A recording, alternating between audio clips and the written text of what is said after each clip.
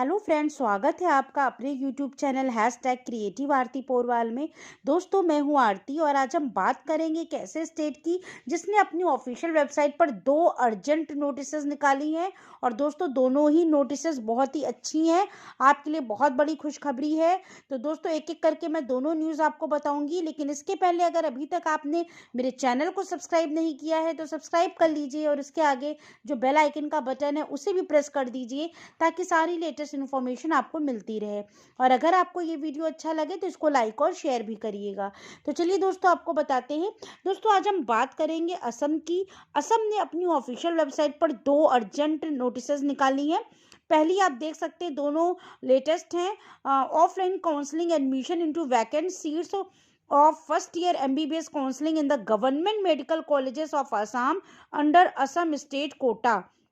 दोस्तों, केवल ये आसाम स्टेट वालों के लिए है और इसमें गवर्नमेंट मेडिकल कॉलेजेस के लिए जो फर्स्ट ईयर एमबीबीएस कोर्स के लिए एडमिशन है उसके लिए नोटिस है। In persons of judgment order dated 28 January passed by the Honorable Supreme Court of India, that is 2021, the last date of admission into MBBS course for the academic session has been extended till 3rd February। दोस्तों, आपको बता दूं, MBBS admission की जो last date है वो बढ़ा दी गई है, एक्सटेंड कर दी गई है, 3 फरवरी कर दी गई है।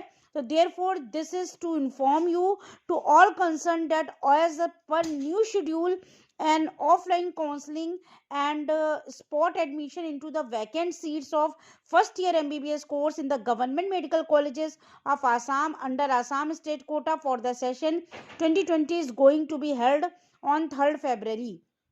तो दोस्तों, आपको बता दूं, 3rd फरवरी को आप जो है तक जो है एडमिशन ले सकते हैं। Candidates who appeared in NEET UG 2020 conducted by the National Testing Agency में participate in the state counselling provided they fulfil all the eligibility criteria mentioned in the medical colleges and dental colleges of Assam. जो rules हैं, regulations है, उसके according अगर आप fulfil करते हैं सारे कंडीशन तो आप यहाँ पे पार्टिसिपेट कर सकते हैं। और notification issued in the regard as well as meet the cutoff scores in NEET 2020.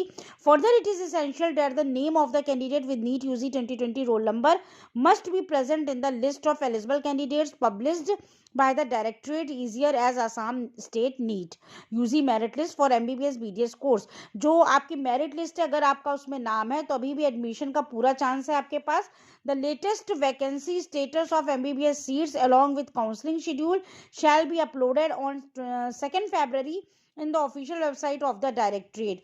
और जो लेटेस्ट वैकेंसी स्टेटस है वो 2 फरवरी को शेड्यूल जो है रिलीज किया जाएगा, तो क्योंकि 3 फरवरी लास्ट डेट हो जाएगी आपके एडमिशन की। जो आपकी लेटेस्ट वैकेंसी स्टेटस है वो आप देख सकते हैं। इसके बाद candidates are requested to visit the official website in the directorate. तो फॉर फर्दर एनी जो भी नोटिफिकेशन उसके लिए आप वेबसाइट को चेक कर सकते हैं। तो जैसे ही कोई लेटेस्ट अपडेट आएगा मैं आपको बता दूंगी। तो ये ऑनरेबल सुप्रीम कोर्ट से नोटिस आई है कि एमबीबीएस की जो एडमिशन की डेट है बढ़ा दी गई है, 3 फरवरी कर दी गई है। तो ये आप लोग के लिए खुशखबरी है, क्योंकि जिन बच्चों को मौका नहीं मिल पाया अभी एडमिशन का, उनके लिए अब और भी वक्त मिल गया है।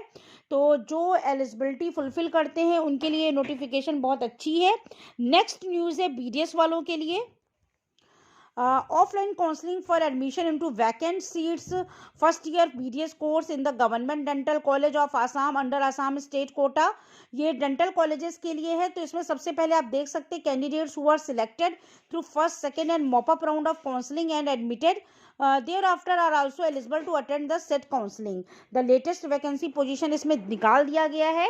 11 सीट्स अभी भी वैकेंट है, आप देख सकते हैं। जनरल में 2 हैं, ओबीसी में 2 हैं, एससी में 1 है, एसटीपी में 4 है, टीजीएलसी में 2 सीट वैकेंट है। तो टोटल 11 सीट वैकेंट है।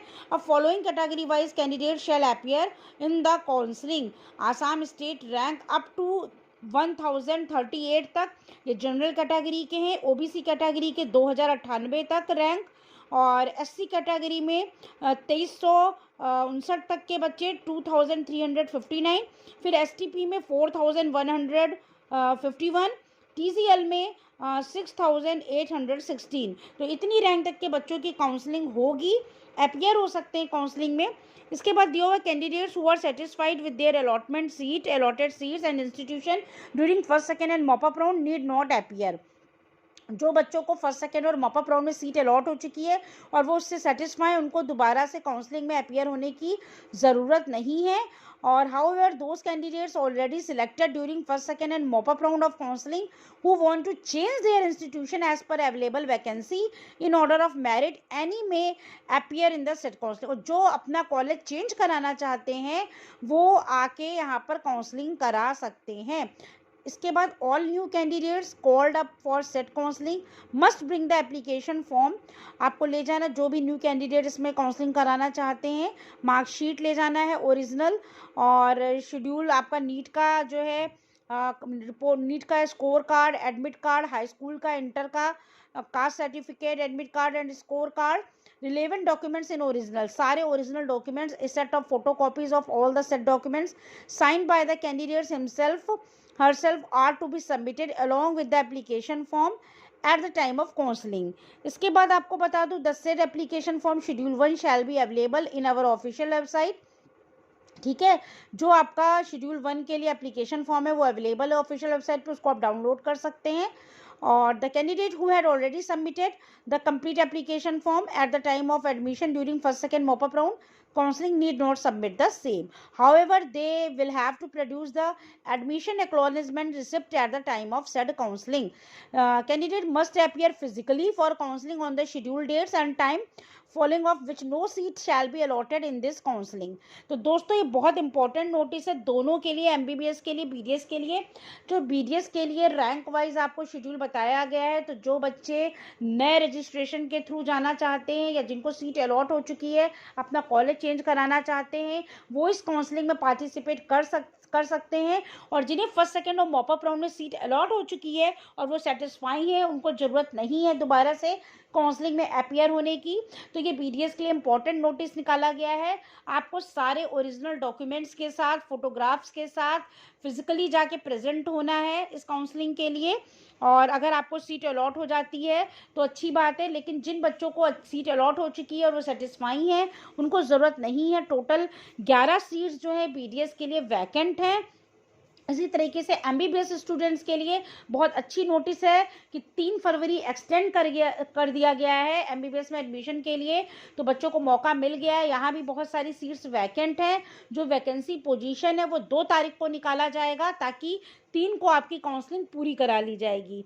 तो ये बीडीएस के लिए नोटिस हो गई और एक नोटिस आपके एमबीबीएस के लिए हो गई। तो दोस्तों ये दोनों न्यूज़ असम गुवाहाटी से निकाली गई है। आप देख सकते हैं लेटेस्ट 30 जनवरी की न्यूज़ है। Government of Assam, office of the directorate medical education Assam, जो गुवाहाटी की ये न्यूज़ है, एजुकेशनल नोटिस हैं दोनों। तो दोस्तों अगर आपको ये न्यूज़ अच्छी लगी हो तो मेरे चैनल को सब्सक्राइब करिएगा और मेरे वीडियो को लाइक और शेयर करिएगा। मैं सारी लेटेस्ट अपडेट आपको देती रहूँगी। Thank you।